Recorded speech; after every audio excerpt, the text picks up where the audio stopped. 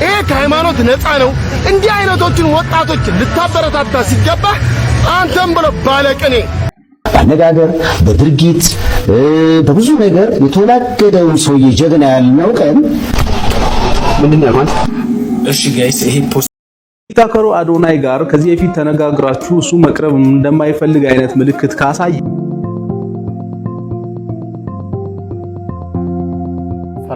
ሰላም እንደምናችሁ የሐዋርያችሁ ተከታታዮች እና ቤተሰቦች በዚህ ቪዲዮ ይዤላችሁ መጣሁት። በሰሞኑ በጣም መነጋገሪያ የሆኑ ሰዎች አሉ።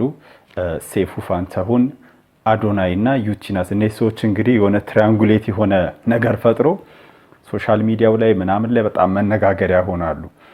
ፌስቡክን ብንገባ፣ ቲክቶክን ብንገባ፣ ዩቲዩብ ላይ ብንገባ ሙሉ ያለው ስለነሱ ነው። የተለያዩ ሰዎች ደግሞ የራሳቸውን ሐሳብ እየሰጡ ነው።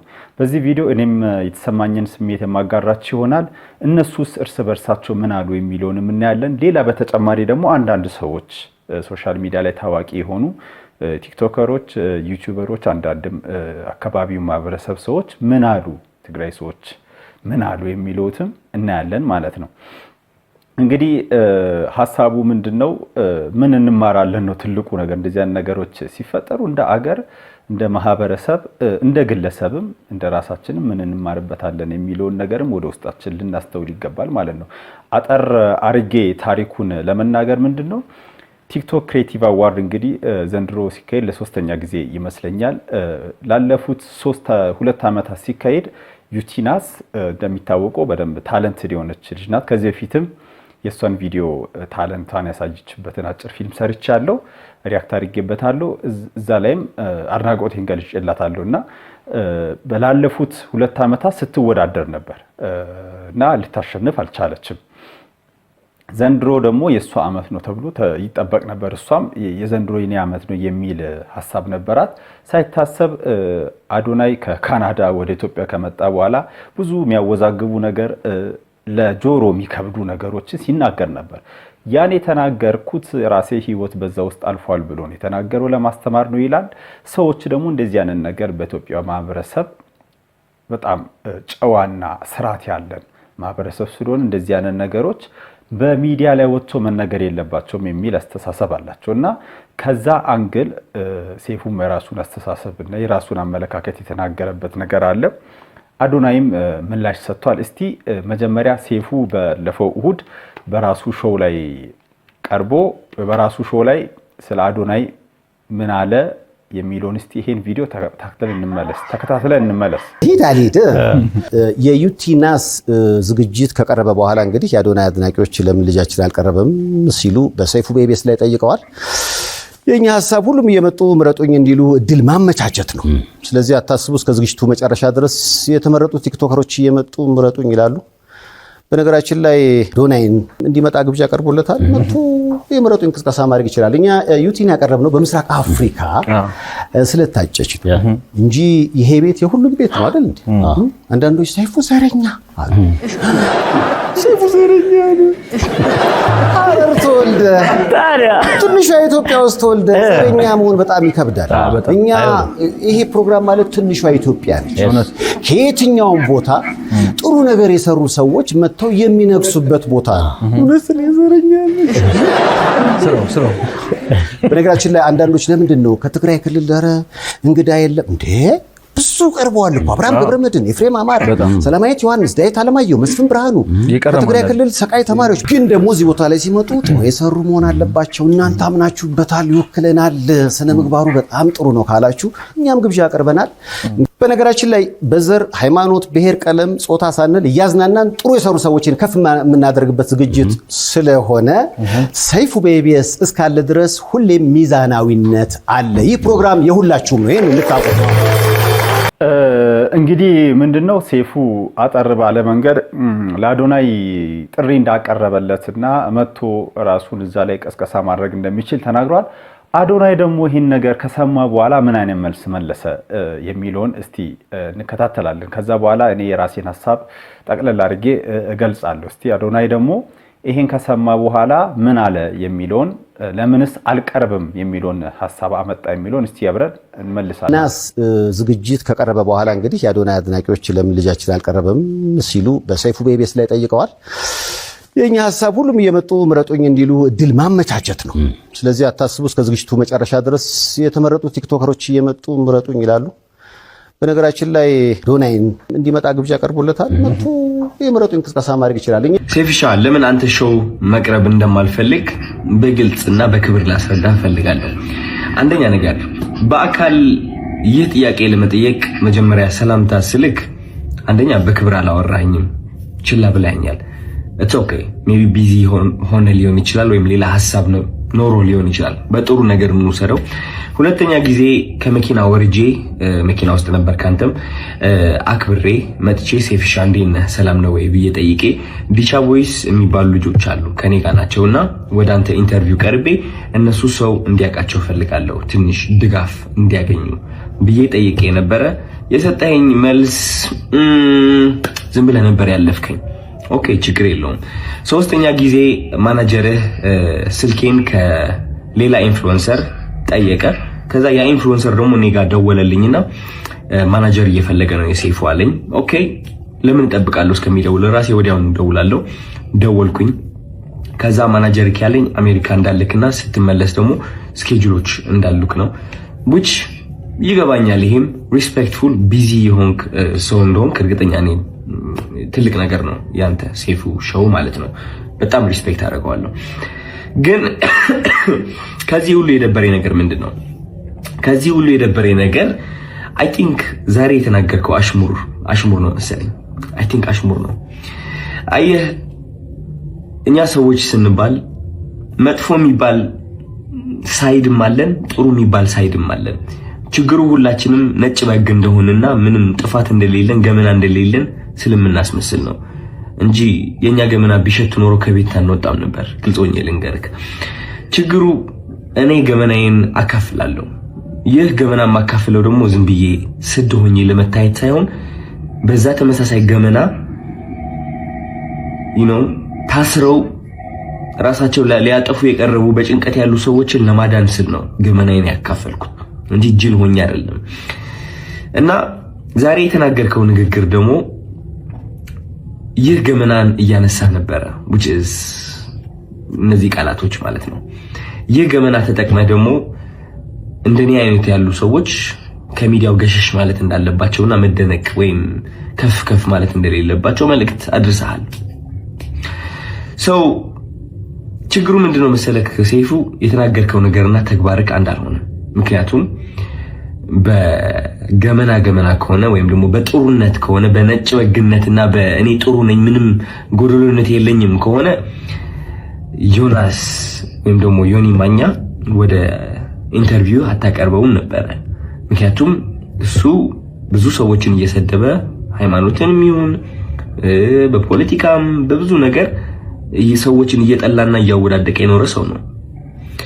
ግን አይ ቲንክ በጥሩ እናስበውና ዮኒ ማኛ አንተ ወደ ሾውክ የጠራኸው ጥሩነቱን በማየት ነው ብዬ አስባለሁ እንጂ መጥፎ የሚባለው ያ ገመና ወይ መጥፎ የሚባለው ሳይዱ ብታየው እንዴት አድርገህ ታመጣዋለህ?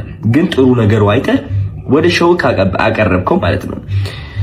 ችግሩ ግን እኔ ላይ እሱ ነገር አላደረገም። ትክክል ነው ልጁ የሚናገረው ነገር ትክክል፣ እውነት አለው። ያልካት ነገር ጠርተክ የተናገርከው ነገር ተናግረሃል። ሰው ምን ልልክ ነው የምፈልገው፣ ወደ አንተ ሾው መቅረብ የማልፈልገው ሳላከብርህ ቀርቼ ሳይሆን ወይም ሳልወድህ ቀርቼ ሳይሆን ኦፍ ኮርስ ወድሃለሁ፣ አከብርሃለሁ፣ እያየሁህ ነው ያደግኩት። ግን የተናገርከው ነገር ደስ አላለኝም። ነው ከጥሩነቴ መጥፎነቴ መርጠክ ስላየክ ደብሮኛል። አይ ሚን ያንተ ምርጫ ነው ኦፍ ኮርስ። ሰይፉ ሁለት ሳይድ አለው።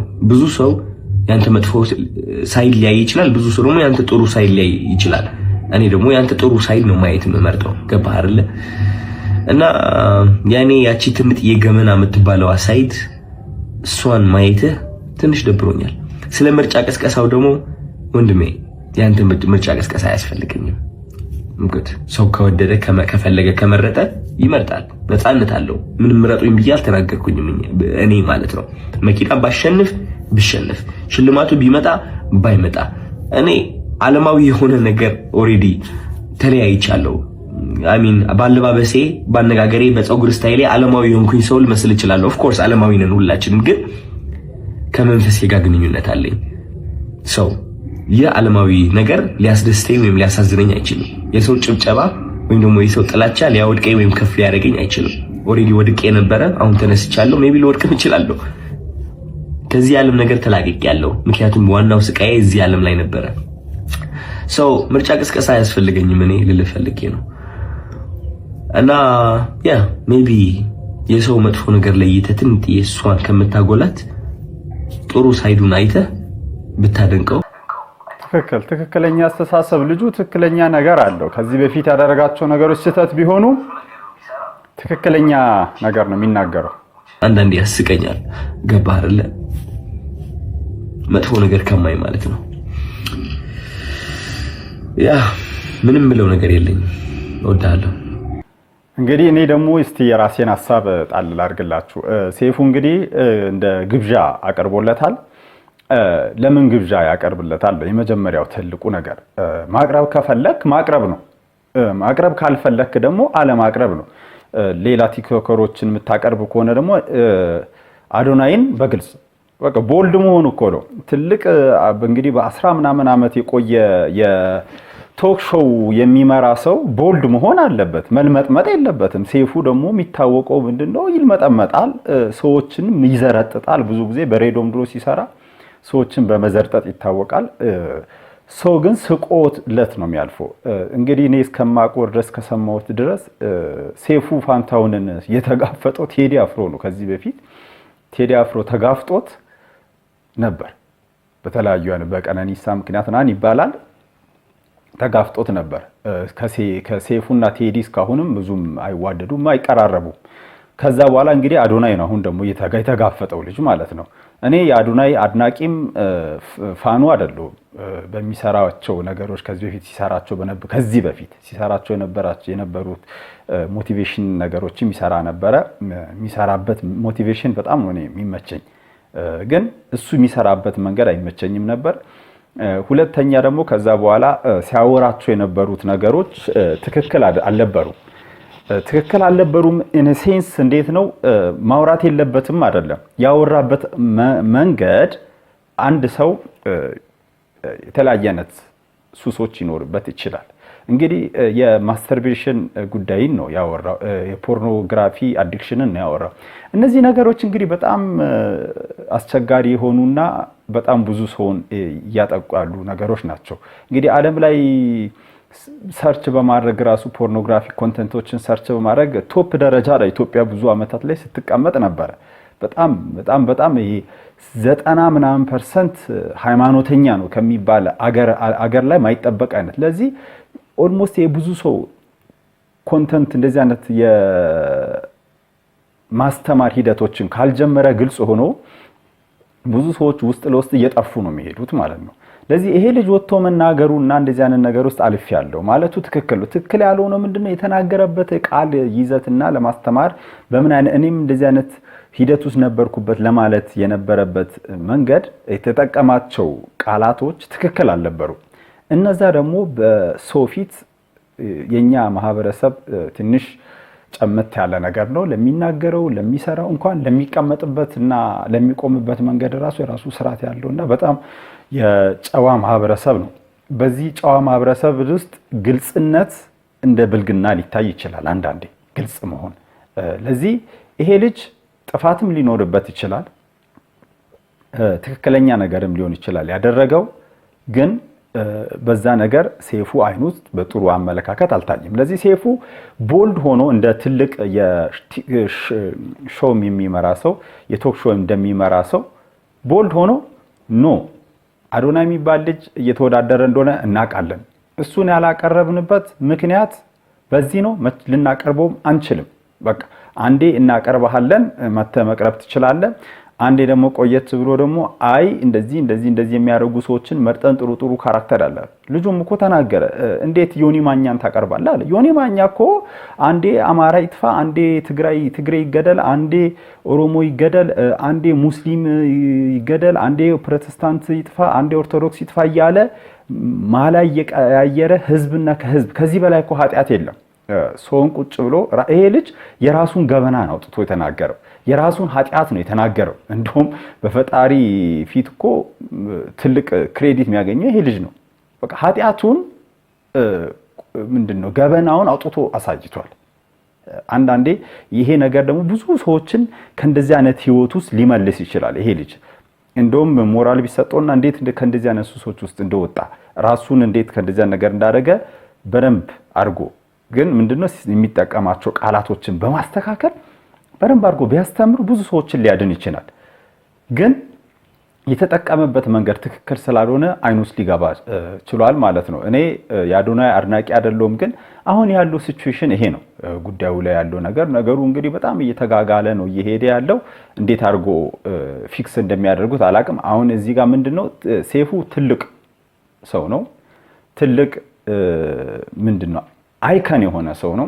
አይከንነቱን ተጠቅሞ ነገሩን አዶናይን አምጥቶ በዚህ ምክንያት ወይም በሬዲዮ ፕሮግራም ላይ ምን ይችላል ማቅረብ ካለው በቲቪ ማቅረብ ካልፈለገ ሬዲዮ ፕሮግራም ሰራሉ ታዲያስ አዲስ ላይም ሊሆን ይችላል አስገብቶ በዚህ ምክንያት ልናቀርብ አልቻለም ወይም በዚህ ምክንያት እኛ አንተን ለማቅረብ ሳይሆን እንደዚህ ያለው እንደዚህ አይነት መጥፎ ነገር የሚናገሩ ሰዎች ብሎ በትክክለኛ መንገድ ውስጡ ያለውን ሐሳብ እኛም ግልጽ የሆነ መረጃ እንዲኖር አስረድቶ ወደ መፍትሄ መሄድ ይችላል። እስቲ ሌላ ሰዎች ምን አሉ የሚለውን ደግሞ እስቲ ተራ በተራ ልክ ነው። ለሴፉ ፋንታውን አድርሱለት። ጽድቅና ኩነኔ ቢኖርም ባይኖርም ተክፋት ደግነት ሳይሻል አይቀርም እየተባልክ እኮ ነው ያደግከው። አንተ እኮ ምርጥ አርቲስት ነህ። ምን ዋጋ አለው ታዲያ? በዚህ ደረጃ ይሄን ንግግር ልትናገር እኔ አስቤውም አላቅም፣ ላስበውም አልፈልግም። አንተ ብፁዕ ነኝ ካልከን በዚህ ምድር ላይ የኖር ፈጣሪያችን ታዲያ ምንድነው እንዴ? ብፁዕ ነኝ እያልክ እኮ ነው። ይገባሃል? ግን እንዴት አድርገህ እዚህ ደረጃ ላይ እንደደረስክ ረሳኸው እንዴ? ሴፉ ፋንታውን እንዲህ አይነት ንግግር መናገር አልፈልግም፣ ግን ለልጆች ወይም ደግሞ ለሚመጡ ትውልዶች ብፁዓን ነን እያልክ አታኑራቸው እንዴ። ብፁዕ ሰው የለም፣ ብፁዕ አንድ ፈጣሪ ብቻ ነው። አዶናይ የመጣበት አመጣጥ ደግሞ ካየኸው፣ አዎ እኔ ሰው ነኝ ፍጹም አይደለሁም፣ ስለዚህ ሰዎችን ማገዝ ፈልጋለሁ እያለ ነው። ይሄ ከብሔር ነፃ ነው፣ ይሄ ከሃይማኖት ነፃ ነው። እንዲህ አይነቶችን ወጣቶች ልታበረታታ ሲገባ አንተም ብሎ ባለቅኔ በቅኔ እሱን ልትወጋ ትሞክራለህ እንዴ? ቅኔ የት እንደተፈጠረ ታውቃለህ፣ ግን ቅኔን አታውቀውም። ከሁሉም በላይ ግን ልነግርህ የምፈልገው አንተም ያደክበት ማህበረሰብ እኛን አሳድጎናል። ፍቅር፣ ሰላም፣ አንድነትን ደግሞ እንፈልጋለን። በዚህ መንገድ ከሄድክ ግን ሴፍዬ በጣም ስለምወድ ነው የምነግርህ ያለሁት። ይሄ ጭንቅላት ሳይሆን አይምሮህን መላጣ ሳይሆን አይቀርም። ተጠንቀቅ። ሰላምና ፍቅር ስጠን። ሰላማችን አእምሮ ጭንቅላት ብቻ ሲሆን አእምሮም ተመልጧል። በጣም ነው ነርቨስ ይሆነው። አንደኛ ምንድነው ነገርየው ከዘር ጋር ተያይዟል። እኛ ሀገር ላይ ደግሞ የዘር ጉዳይ ደግሞ በጣም ያንዳንዱ ነገር ወደ ዘር እየተያዘ ሴንሲቲቭ እንደሆነ ይታወቃል። እንደ ሴፉ ያሉ ሰዎች ደግሞ ምንድነው በጣም እንደዚህ ያን ነገር ላይ ሴንሲቲቭ ነገር ሁሌ በመሳቅና በመቀለድ አይሆንም። እኔ ተጨንቄ አስቤ ለቀልድ ምናምን ብሎ ሲያወራ አንዴ የሚስቱ ጋር ሲያመሰግናት የሆነ ፕሮግራም ላይ ሰምቻለሁ። እንደዚህ ተጨንቆ አስቦ እንትን የሚል ሰው ማሰብ አለበት። አሁን ሀገሪቱ እንደዚህ ያን ነገሮችን አትፈልግም። ወደ ተረጋጋ አይነት ነገር መምጣት አለበት ሀገሪቱ። ለዚህ እንደዚህ ትናንሽ ነገሮች በማህበረሰብ መካከል በተለያዩ ጎሳዎች በተለያዩ ዘሮች መካከል ምን ይፈጥራል? ልዩነትን ይፈጥራል። ይሄ የግለሰብ ጸብ እንደዚህ የተጋጋለው ምንድነው ሃይማኖታዊ ይዘትን ፖለቲካዊ ይዘትን የዘር ነገርን ቀላቅሎ ውስጡ ስለያዘ ነው። ለምን የሆነ ሰው ሲነካ እኔ ተነካው ብሎ የዛ ማህበረሰብ አካል የሆነ ሰው ሲነካ እኔ ተነካው ብሎ ለምሳሌ ብሩክ ኒውስ እና ማነው ሙሴ ሰለሞን እንግዲህ ኮንተንታቸው ይታወቃል። ዜና ነገር ነው የሚሰሩት ሚዲያ ላይ። ግን የሁለቱ ነገር ራሱ በጣም የተጋጋለው ምንድነው በሃይማኖት ነው። እነሱ ደግሞ በዘር ሳይሆን በሃይማኖት። ለዚህ ጥንቃቄ ሴፉ አይከን ነው፣ ትልቅ ሰው ነው። ጥንቃቄ ማድረግ አለበት። ይሄን ነገርም አሁንም ማርገብ ያለበት እሱ ነው ብዬ አምናለሁ። እስቲ ቀጣይ ቪዲዮ እንመልከት። በአነጋገር በድርጊት በብዙ ነገር የተወላገደውን ሰውዬ ጀግና ያልነው ቀን ምንድነው ማለት? እሺ ጋይስ፣ ይሄ ፖስት ሰይፉ ጋር እንዲደርስ ሁላችሁም መቶ ጊዜ ሼር ኮፒ ሊንክ አድርጉት። እንደ ሰይፉ አሁን ሰይፉ እንደተናገረውና እንደዚህ አይነት አስተሳሰብ ያላችሁ ማለት ሰዎች ላይ እንከን ስታገኙ ኦር ሰዎች ኃጢአት ሰሩ ብላችሁ ስታስቡ ለሚዲያ ፍጆታችሁ የምታረጉ ሰዎች እናንተን ሳስብ በመጀመሪያ ወደ አይምሮ የሚመጣው ምን እንደሆነ ታውቃላችሁ? የእግዚአብሔር ምህረት ነው። የስንት ሰውን ጉድ፣ የስንት ሰውን ገበና፣ የስንት ሰው ኃጢአትን እያወቀ እግዚአብሔር አልፎ ገበናችን ለሰው አይሰጥም። ሲቀጥል ወደ አዶናይ ሲመጣ አዶናይ የተናገረው ነገር ስለ ሴጋ ያወራው ከመጥፎ አንግል አይደለም፣ ሰዎች እንዲማሩበት ነው። አንድ የስነ ልቦና ኦር ደግሞ ዶክተር ብታመጣ ያንን ታወራለች፣ ማስተርቤሽን ሰው እንደሚጎዳ ምናምን። ሲቀጥል እኔ እዚህ ቲክቶክ ላይ አዶናይ አሁን ለምሳሌ ድሮ ያኔ ገንዘብ በመሰብሰቡ ለሱ ከዛኔ ሀብታም ልጅ ሆኖ በመገኘቱ ስለ ሴቶች ቅበጪ እሳይ ምናምን በአንዳንድ በብዙ ነገሮች ላልስማማ እችላለሁ ከአዶናይ ጋር። ግን ስለ አዶናይ መስክር ብባል አዶናይ በጣም ካይንድ ነው፣ በጣም ፖላይት ነው፣ ጨዋ ሰው ነው። ንግግሩ ራሱ እኛ እንሳደባለን እኮ እሱ አይናገርም። ሰዎችን ሲሳደብም አይቼው አላውቅም። ያን እንደ ኔጌቲቭ ነገር ከወሰዳችሁበት ወሰዳችሁ። ግን ለአደባባይ ለሚዲያ ፍጆታ የምታደርጉት ሰይፉ አንተ ፕሮግራም ላይ እኮ ከአዶናይ ባሱ ሰዎች ቀርበዋል። ዮኒ ማኛ ቀርበዋል። ባሏ ልጆቿን እንዳያረገች ሴት ቀርባለች። 3 ልጅ ወልዶ ከሚስቱ ከሌላ ጋር ሲማግጥ የነበረ ሰው ይቀርበዋል። ስንት ዘፋኝ የሴቶችን ህይወት ያበላሸ ሰው ቀርበዋል። ይልቁኑ ደግሞ እናቶችን ያስለቀሰ ወይ ብዙ ነገር ያደረገ ሰው ቀርቧል። በፖለቲካውን ብትሄድ ደግሞ 3 መንግስት ተቀያይሯል። አንተ እዚህ ፕሮግራም ከጀመርክ ስንት ሰው ቀርቧል? የስንት ሰው እንባ ያለበት ሰው በጣም ብዙ አይነት ሰው እኮ ቀርቧል። አንተ ጋር ወንጀለኛ ቀርቧል፣ ብዙ ቀርቧል። አዶናይ ሴጋ ስላለ ብቻ ነውር ነው ተብሎ እንደዚህ እንዴት ይሆናል? ሁሉንም ተዋውን በቅርቡ ያቀረብካት ዩቲናስ ከራቼ ጋር እኮ የቅርብ ጊዜ ትውስታችን እኮ ስለ ጀላቲ ሲያወራ ሾርት ሜሞሪ ነው። ኢትዮጵያ ህዝብ ሾርት ሜሞሪ ነው። የአንዳንድ ሰዎችን ኃጢአት ወይ የአንዳንድ ሰዎችን ድክመት ከኛ ጥንካሬ ጋር ያይዘን የምናወራው ለምንድን ነው? ለምን አንተወም? የሰውን ኃጢአት ለምን እናጎላለን? ወይ ለምን ፈልገው ለሚዲያ ፍጆታ ለምን እናውላለን? እኔ ሰይፉ በጣም ነበር ማደንቅ፣ ከድሮ ጀምሮ ነው መከታተል። ግን እዚህ ጋር ስህተት ሰርታል። አዶናይ በጣም ፖላይት ሰው ነው። የምሬ ነው ብላችሁ ብዙ ማያግባባችሁ ሰው ነገር ሊኖር ይችላል ከአዶናይ ጋር። ግን አዶናይ መጥፎ ሰው ነው ወይ ደግሞ ሰዎች የሚንቅ ሰዎች የሚሳደብ ለሚዲያ የማይሆን ሰው ነው ማለት አትችሉም። በጣም ካይንድ ነው እና እዚህ ጋር በጣም ትልቅ ፋውል ነው የሰራው። እንደዚህ የምታረጉ ሰዎች ደግሞ እግዚአብሔር ይላችሁ። ሁሉንም የሚያይ አምላክ መሐሪ ሆኖ ተቀምጦ ሳለ እናንተ ብዙ ኃጢአት የምትሰራ በብዙ ኃጢአት የተሸፈነ ነገር እያላችሁ የሰውን ጉድፍ እያወጣችሁ እንዲህ ነው። በጣም ነው የሚያስጠላው። በጣም አንድ ሰው ስለተናገረ ወይ ስለተሳደበም አይደለም መጥፎ የሚባለው። በአካል መጥፎ ነገር የሚያረክሰዋል። በጣም ብዙ መጥፎ ነገር የሚያረክሰዋል። እነሱን እያቀረባችሁ መታችሁ ከሌኮ እንዲተናገረ እንዲህ በጣም ነውር ነው። ሼም ነው። ሼር ኮፒ ሊንክ አድርጉለት ኤቭሪዋን። አዶናይ ጥሩ ነገር እየሰራ ነው። አሁን በርታ፣ በዚሁ ቀጥልበት። አሁን የተናገረው ሞን ወንድማችን እንግዲህ እሱም ከዚህ በፊት በሚናገራቸው ንግግሮች በጣም በሶሻል ሚዲያ ላይ የሚተች ልጅ ነው።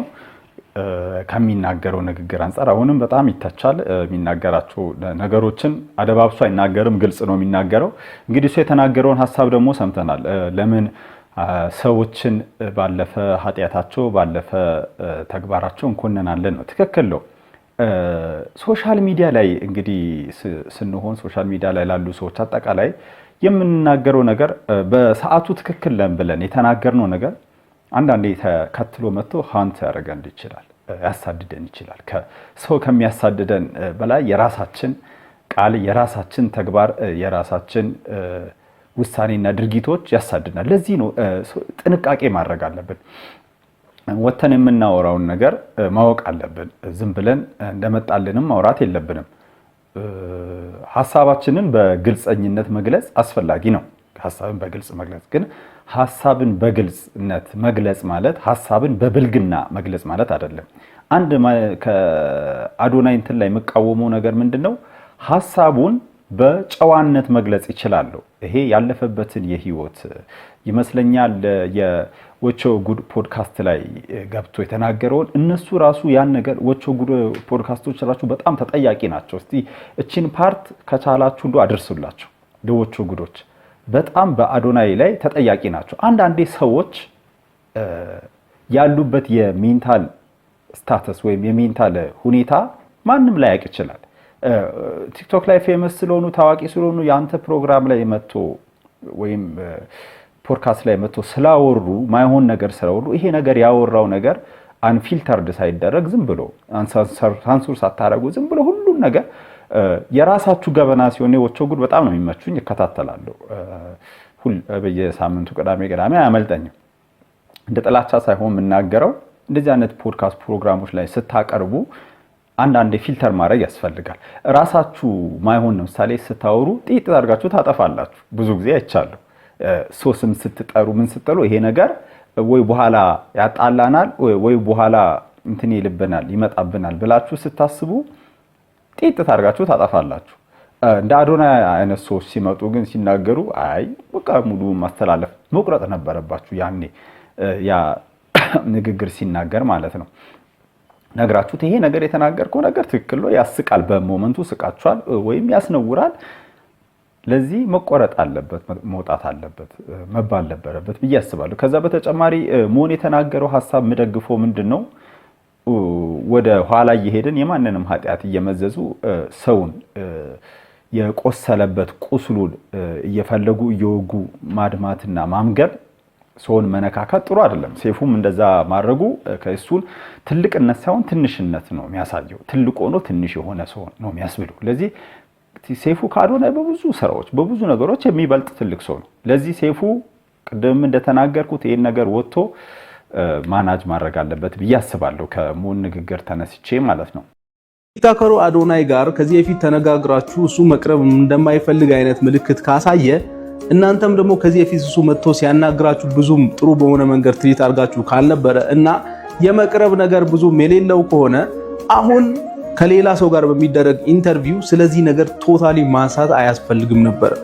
ምክንያቱም ሴፉ ሾው ትልቅ ፕሮግራም እንደዚህ አይነት ተሰጣ ገባ እንደዚህ አይነት ንግግር ሊፈጠር እንደሚችል ቀድመው ያውቃል እና ይሄንን መንገድ መክፈት ልክ አይደለም ከትልቅ ፕሮግራም የሚጠበቅ ነገር አይደለም አዶናይ ራሱ ከዚህ በፊት ሴፉ ብሎ አንስቶ አላወራም እና በዚህ ሁኔታ እናንተ ደግሞ ከሱ ቀድማችሁ የሱን ስም ማንሳት በጣም የሚያሳፍር ነውና እኔ በጣም ደብሮኛል ለሾው ካለኝ ትልቅ ክብር የተነሳ ነው ይሄንን የተናገርኩ ያለው አዶናይ የሰጠው መልስም ትክክል ይሁንም አይሁንም መጀመሪያ ላይ ይሄ ሰጣ ገባ እንዲነሳ መንገድ መክፈት አያስፈልግም መጀመሪያው ነው ማለት ስፔሲፊካሊ ከአዶናይ ጋር በተያያዘ ደግሞ እንግዲህ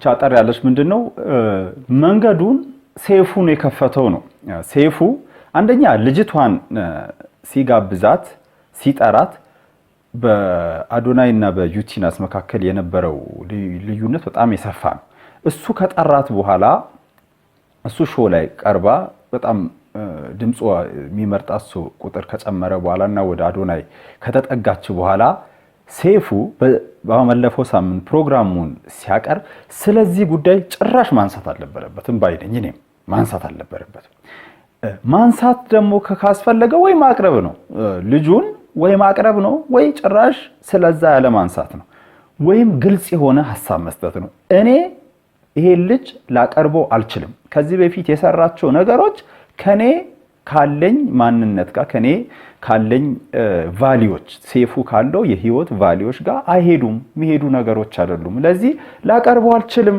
በቃ ፕሮግራሙ እኮ የራሱ ነው ሴፉ አይደል እንዴ ማንንም አስገድዶ ከሌና አቅርብ የሚባልበት ነገር የለም ዘረኛ ነው ቢባል ምናምን ነው ቢባል ገዳይ ነው ቢባል መረጃ ያልተገኘበት ሰውን ከሌ እንትን ነው በማለት ማስፈራራት እናንተ ማድረግ አይቻልም ለዚህ መደረግ ያለበት ነገር ምንድነው በቃ አለቀ ሴፉ አላቀርበውም እኔ አይመለከተኝም እኔ ላቀርበው አልችልም በዚህ ምክንያት ላቀርበው አልችልም አዶናይ የሚባል ልጅ በመጀመሪያ ላይ መተው ማቅረብ ይችላል መቶ ሐሳቡን መግለጽ ይችላል ቅስቀሳ ማድረግ ይችላል አለ በኋላ ደግሞ ኢንተርቪው በሚያደርግበት ሰዓት ላይ ደግሞ ምን አለ እንደዚህ አይነት ካራክተር ያላቸው ሰዎች ፕሮግራም ልናቀርብ አንችልም ለትውልድ የሚያስተምሩት ነገር ትክክል አይደለም ማለት ሁለቱ ምንድነው ክላሽ ያደርጋሉ ግልጽ ማድረግ አለበት ሴፉ ወጥቶ ይሄን ነገር ግልጽ ማድረግ አለበት ብዬ አስባለሁ እስካሁን ስለተከታተላችሁኝና ስለፈለፍባችሁ በአክብሮት እስካሁን ቆይታችሁ ስለሰማችሁኝ አመሰግናለሁ እንግዲህ ለካሜራው ጥራት በጣም ይቅርታ ጠይቃለሁ እያስተካከለን የምንመጣ ይሆናል ላይክ አድርጉ የተሻለ ካሜራ ጥራት እንዲኖረን ደግሞ እየገባችሁ ጊፍት የሚሰጥበት አለ ታች ላይ ዩቲዩብ ላይ ገብታችሁ ጊፍት መስጠት ትችላላችሁ ውጭ ያላችሁ ሰዎች የተሻለ ወደ ተሻለ ነገር ወደ ተሻለ እቃዎች አሟልተን በደንብ በጥራት እንድንሰራ ማለት ነው። እኔ ሐዋርያው ነበርኩ ከሐዋርያው እስካሁን ስለተከታተላችሁኝ አመሰግናለሁ።